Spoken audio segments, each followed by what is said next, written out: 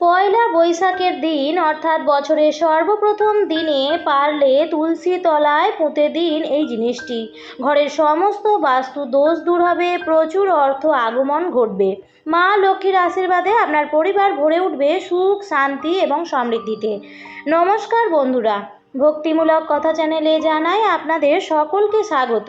বন্ধুরা, আশা করছি ঈশ্বরের আশীর্বাদে আপনারা সবাই ভালো আছেন এবং সুস্থ আছেন। নতুন বছর যাতে আমাদের প্রত্যেকের ভালো কাটে, সেই জন্য বছরের প্রথম দিন প্রায় মা লক্ষ্মী এবং ভগবান গণেশের পুজো করা হয়ে থাকে। বাড়িতে মা লক্ষ্মীর আশীর্বাদ বজায় থাকলে এই বাড়ির ওপর সমস্ত দেবী দেবতারও আশীর্বাদ থাকে। শুধু তাই নয় বন্ধুরা, পরিবার থেকে আপদ বিপদ, রোগ জ্বালা যন্ত্রণা সমস্ত কিছুই দূর হয়। আমরা প্রত্যেকেই জানি যে বৈশাখ মাস অত্যন্ত পবিত্র মাস।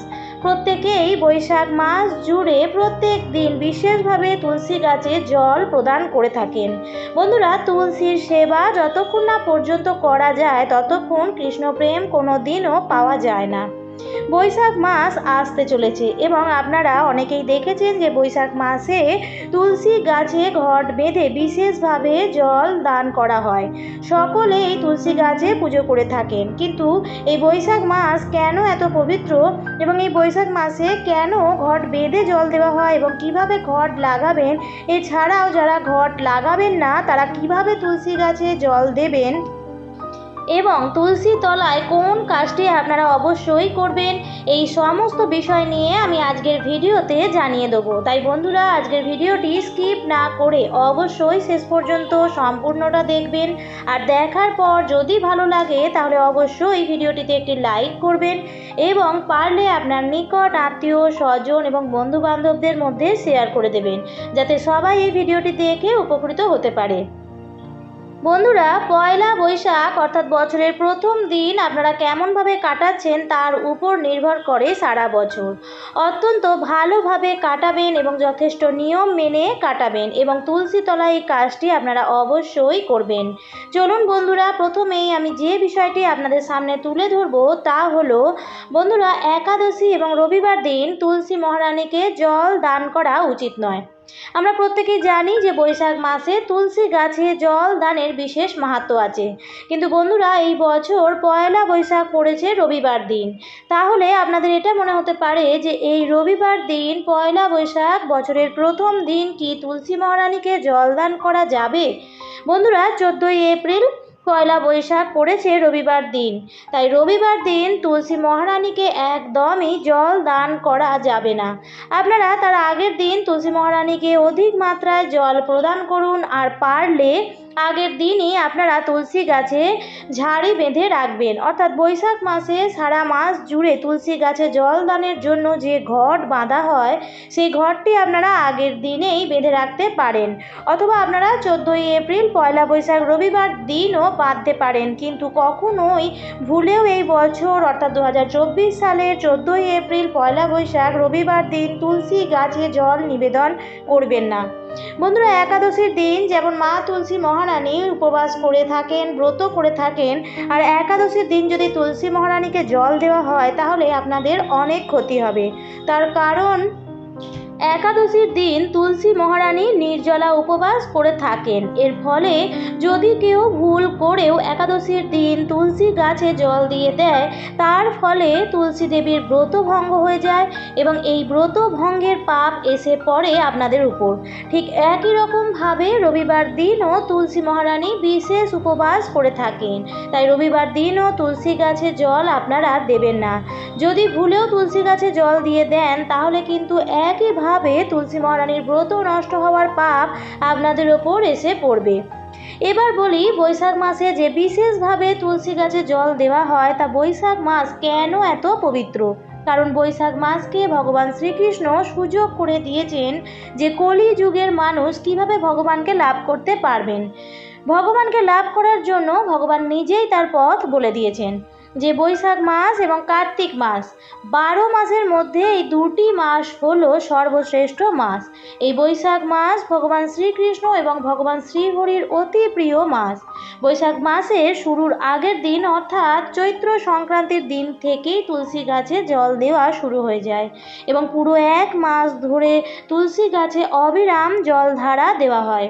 কারণ এই সময়, এই চৈত্র বৈশাখ সময়ে সূর্যের প্রখর তাপ বৃদ্ধি পায় এবং গাছপালা শুকিয়ে যায়। আর তুলসী গাছে ভগবান শ্রীকৃষ্ণ স্বয়ং অবস্থান করেন। ভগবান স্বয়ং বলেছেন, যেখানে তুলসী বৃন্দাদেবী থাকেন সেই জায়গাটি হয় বৃন্দাবন।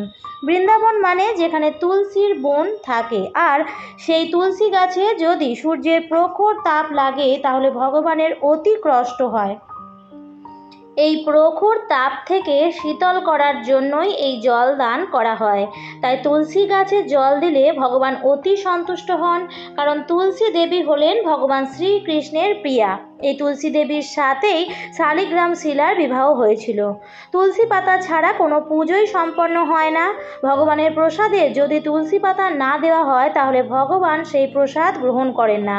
তাই এই তুলসী গাছে বৈশাখ মাস পুরো 1 মাস 30 দিন অবিরাম জলধারা দেওয়া হয়। আপনারা অনেকেই বাড়িতেই দেখে থাকেন, লাঠি বা ছোট সরু দুটো বাঁশ দিয়ে একটি ঘট টাঙিয়ে দেওয়া হয় এবং তার মধ্যে থেকেই জল দেওয়া হয়। যারা ঘট টাঙিয়ে দিতে পারবেন তারা খুবই ভালো। কিভাবে ঘট বানাবেন? ঘটটি যখন বাঁধবেন তখন ঘটের মধ্যে একটি আমের পল্লব দেবেন এবং চন্দনের ফোঁটা দেবেন। বন্ধুরা, ভগবান শ্রীকৃষ্ণের চন্দন অতি প্রিয়, তাই এখানে আমের পল্লবের মধ্যে চন্দনের ফোঁটা দেবেন এবং একটি ফুলের মালাও পারলে পরিয়ে দেবেন। ঘটটির নিচে একটি ফুটো করে দেবেন। এবার বলি, যারা ঘট পাততে পারবেন না তারা সকালবেলায় উঠে স্নান সেরে শুদ্ধ বস্ত্র পরিধান করে একটি ঘটিতে জল নিয়ে সেই জল আপনারা ঢালবেন। তুলসীর মাথায় জল ঢালবেন, গোড়াতে নয়, একদম উপর থেকে নিচে পর্যন্ত জল ঢালতে হয়। এই বৈশাখ মাসে একটি মাস ধরে আপনারা যদি তুলসী দেবীর গায়ে জল ঢালতে পারেন তাহলে ভগবান শ্রীকৃষ্ণ অত্যন্তই প্রসন্ন হন এবং পৃথিবীতে যত তীর্থ রয়েছে সমস্ত তীর্থ রয়েছে এই তুলসী বৃক্ষে। তাই যারা তীর্থে যেতে পারেন না তারাও যদি একটি মাস ধরে তুলসীর সেবা করে যেতে পারেন তাহলে সেই সমস্ত তীর্থের ফল আপনারা পেয়ে যাবেন। আপনারা যদি 1 মাস ধরে তুলসীর সেবা করে যেতে পারেন তাহলে তুলসীর কৃপায় আপনারা ভগবানের কৃপা অবশ্যই পাবেন। শাস্ত্রে উল্লেখিত আছে, যেই ভক্ত তুলসী দেবীর শরণ নেয় তার সকল মনস্কামনাও পূর্ণ হয়। ভগবান কৃষ্ণের আশীর্বাদ তার উপর বর্ষিত হবেই। এবার বলি বন্ধুরা, কি সেই বিশেষ জিনিস যা তুলসীর তলায় এই দিন পুঁতে দেবেন। বন্ধুরা, এই দিন খুব সকাল সকাল ঘুম থেকে ওঠার চেষ্টা করবেন সূর্যোদয়ের আগে ঘুম থেকে ওঠার। যদি আপনি চান আপনার ঘরের বাস্তুদোষ ঠিক হয়ে যাক এবং পরিবারের অর্থ আসুক তাহলে প্রথমেই আপনাদের সকাল সকাল ঘুম থেকে ওঠার অভ্যাস করতে হবে এবং ঘুম থেকে উঠেই প্রভু নারায়ণ এবং মা লক্ষ্মীর নাম আপনারা স্মরণ করবেন। সেই দিন অবশ্যই ঘর বাড়ি ভালোভাবে পরিষ্কার পরিচ্ছন্ন করে নেবেন। স্নান করে ঘর বাড়ি সর্বত্র গঙ্গা জলের ছিটে দিয়ে দেবেন এবং এই দিন মা লক্ষ্মী এবং নারায়ণ ভগবানের পুজো অবশ্যই করবেন। হলুদ ফুল দিয়ে মা লক্ষ্মী এবং নারায়ণ ভগবানের পুজো করবেন। সেদিন অবশ্যই ঘিয়ের প্রদীপ ধরিয়ে দেবেন। তাছাড়া আপনার সাধ্য মতন নৈবেদ্যও সাজিয়ে দেবেন এবং প্রদীপ ধূপকাঠি ধরিয়ে মা লক্ষ্মী এবং নারায়ণ ভগবানের পুজো করে নেবেন। এরপর মা লক্ষ্মী এবং ভগবান নারায়ণের সামনে 2টি অক্ষত পান নিবেদন করবেন। দেখবেন সেই পানটির মধ্যে যেন কোনো রকম ছেঁড়া ফাটা বা কোনো কাটা দাগ যেন না থাকে। সেই পান দুটির ওপর কিছু মঙ্গল সামগ্রী আপনারা নিবেদন করবেন এবং এই মঙ্গল সামগ্রীগুলো নিবেদন করা গৃহস্থ বাড়ির জন্য অত্যন্তই ভালো। মঙ্গল সামগ্রীগুলি পান পাতার উপর দেওয়ার আগে অবশ্যই পান পাতার উপর একটি করে চন্দনের ফোঁটা দিয়ে দেবেন।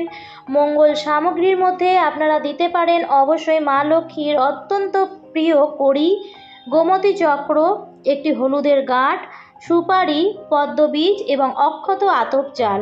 চেষ্টা করবেন এগুলির মধ্যে থেকে অন্তত 3টি মঙ্গল সামগ্রী মা লক্ষ্মী এবং নারায়ণ ভগবানের উদ্দেশ্যে নিবেদন করতে। এই দিন যদি সম্ভব হয় নারকেল নাড়ু ভগবানকে ভোগ হিসেবে নিবেদন করতে পারেন। তবে নারায়ণ ভগবানের ভোগে অবশ্যই তুলসী পত্র দেবেন এবং যে জল অর্পণ করবেন তাতেও তুলসী পত্র দিতে কিন্তু একদমই ভুলবেন না। পুজোর পর আপনাদের যা মনস্কামনা আছে সেটি জানিয়ে ঠাকুর ঘর ত্যাগ করবেন। কিছুক্ষণ পর এসে প্রসাদগুলি তুলে নেবেন এবং মা লক্ষ্মী এবং নারায়ণ ভগবানের সামনে যে মঙ্গল সামগ্রীগুলি আপনি রেখেছিলেন সেই সামগ্রীগুলি আপনি তুলে নেবেন এবং প্রণাম করে নেবেন। এরপর একটি পরিষ্কার লাল শালু কাপড়ের মধ্যে সেই জিনিসগুলি আপনি বেঁধে নেবেন। এরপর চলে আসবেন আপনার বাড়ির তুলসী তলায় বা তুলসী মঞ্চের কাছে এবং তুলসী তলায় সেই জিনিসগুলি পুঁতে দেবেন। বন্ধুরা, এই কাজটি সন্ধেবেলায় করবেন না, তখন কিন্তু তুলসী গাছের গোড়ায় হাত দেওয়া উচিত নয়। তুলসী গাছে যখন তখন হাত দেওয়া যায় না।